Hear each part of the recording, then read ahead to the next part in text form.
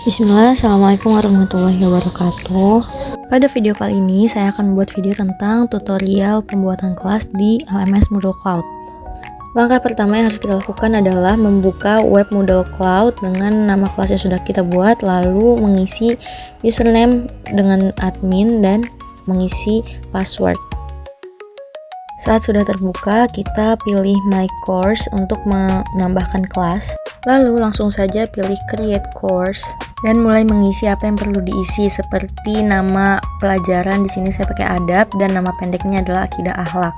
Lalu setelah itu mengatur tanggal mulai kursus dan tanggal berakhirnya serta mengisi ID kursusnya. Lalu saya juga menambahkan gambar untuk foto profil kelas saya.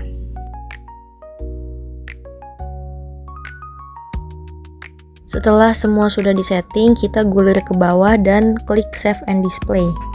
Jika sudah seperti ini, artinya kelas kursus kita sudah terbuat dan kita bisa mulai mengedit kelas kita. Pada pembelajaran adab ini, saya memulai dengan pendahuluan. Lalu dalam sesi pendahuluan ini, saya menambahkan sapaan singkat untuk peserta didik saya. Setelah itu, klik Save Change untuk menyimpan perubahan. Setelah mengirim sapaan, saya juga membuat forum untuk perkenalan anak-anak. Selain untuk forum perkenalan, saya juga mencantumkan jadwal dan link WhatsApp untuk peserta didik masuk ke dalam grup pembelajaran. Di sini saya meminta peserta didik untuk menceritakan tentang dirinya sendiri-sendiri.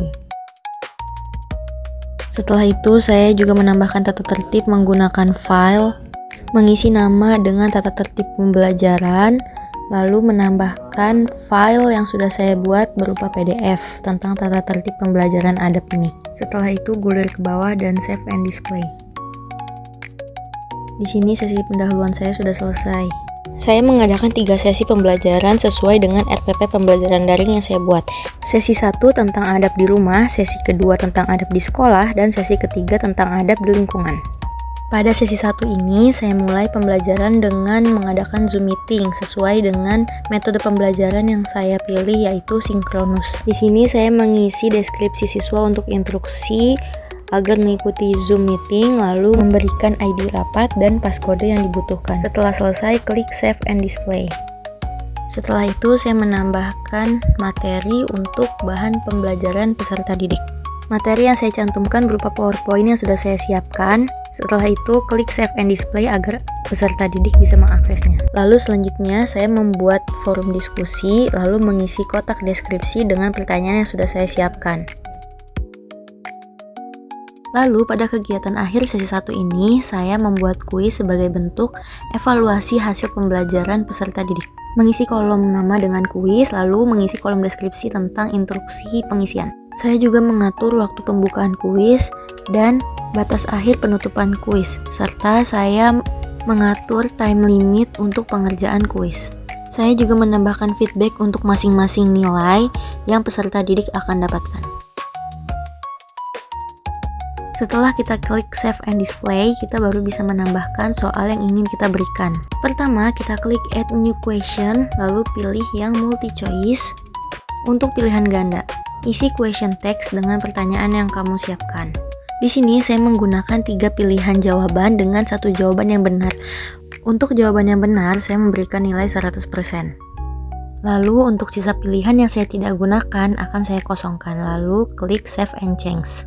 Pembuatan kuis bertahap seperti yang saya contohkan. Saya di sini sudah membuat 5 soal dan mengganti nilai dengan nilai 20 per 1 nomor. Hingga jika dijumlahkan akan mendapatkan 100. Sesi 1 sudah selesai, lalu kita berlanjut ke sesi 2. Sama seperti yang ada di sesi 1, saya menggunakan Zoom meeting untuk metode pembelajaran sinkronus.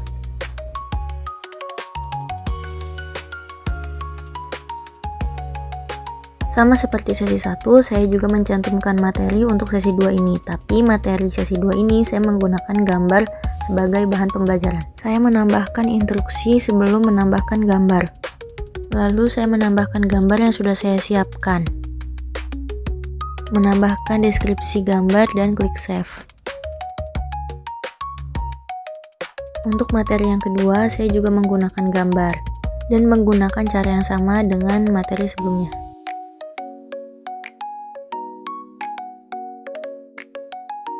Setelah memberikan materi, saya menambahkan forum diskusi dan mencantumkan pertanyaan yang sudah saya siapkan.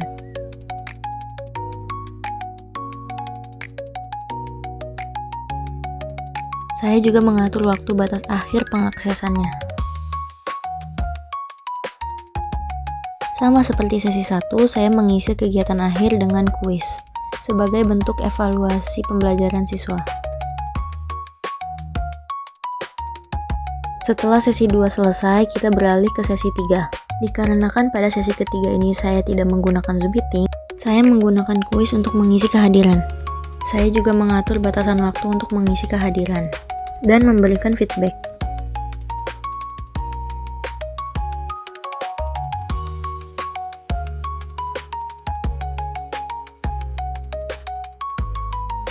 Setelah itu, saya menggunakan page untuk menyantumkan materi ketiga. Pada materi ketiga ini, saya menggunakan video pembelajaran dari YouTube. Saya menambahkan link di kolom yang tersedia, lalu mengganti media title dengan deskripsi link yang saya cantumkan. Setelah klik Save and Display, video akan muncul di halaman. Setelah itu, saya menambahkan materi menggunakan video kembali dengan video yang berbeda.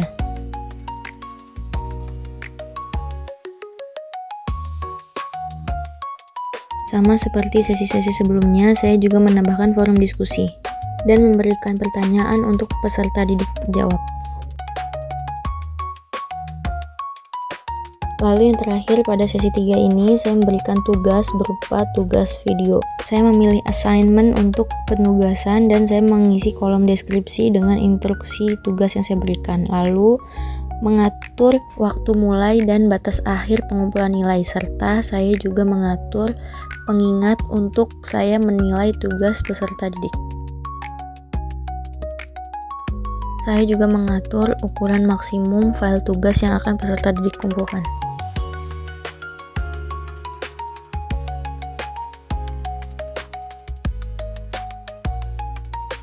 Pengeditan sesi 3 sudah selesai, itu artinya kita sudah bisa mereview kelas yang sudah saya buat. Pada halaman ini kelas saya sudah terlihat dan kita mulai untuk membuka kelasnya. Kita mulai pada sesi pendahuluan. Di sini sudah ada sapaan dan perkenalan yang saya buat untuk peserta didik. Lalu ada announcement yang berbentuk forum berisikan jadwal serta link WhatsApp dan perintah untuk memperkenalkan diri. Link WhatsApp di sini bisa kita gunakan. Lalu ada tata tertib yang sudah saya buat menggunakan PDF.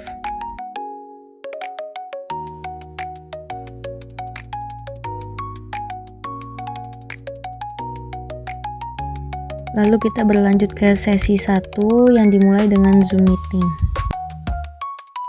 ID rapat dan passcode-nya juga dapat digunakan. Lalu setelah itu beralih ke materi 1 yang berisi PowerPoint tentang adab di rumah.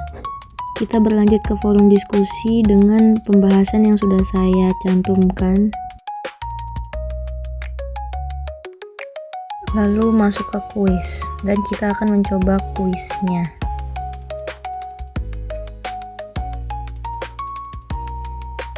Saya akan menjawab semua pertanyaan untuk melihat feedback yang sudah saya setting dan melihat nilainya. Ketika kita memulai kuis, batas waktu mengerjakannya akan mulai berjalan. Di sini semua sudah terjawab. Setelah kita submit, baru nilai akan keluar dan feedback pun juga akan keluar, serta durasi mengerjakannya.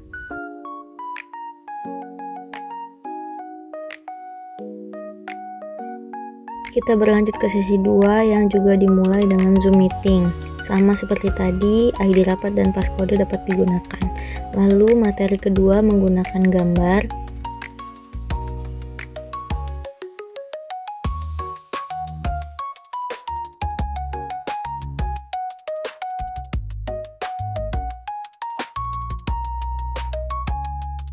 Setelah itu kita masuk ke forum diskusi.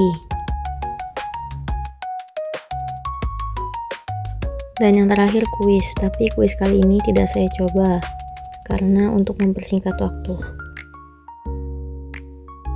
Lalu kita beralih ke sesi terakhir, yaitu sesi 3 dengan kehadiran. Di sini saya akan mencoba mengisi kehadiran. Nilai dan feedback sudah keluar, artinya kita sudah berhasil mengisi kehadiran. Lalu berlanjut ke materi yang ketiga, saya menggunakan video dari YouTube karena saya belum dapat membuat video pembelajaran sendiri. Berlanjut ke forum diskusi yang sudah ada pertanyaan yang dapat dijawab oleh peserta didik.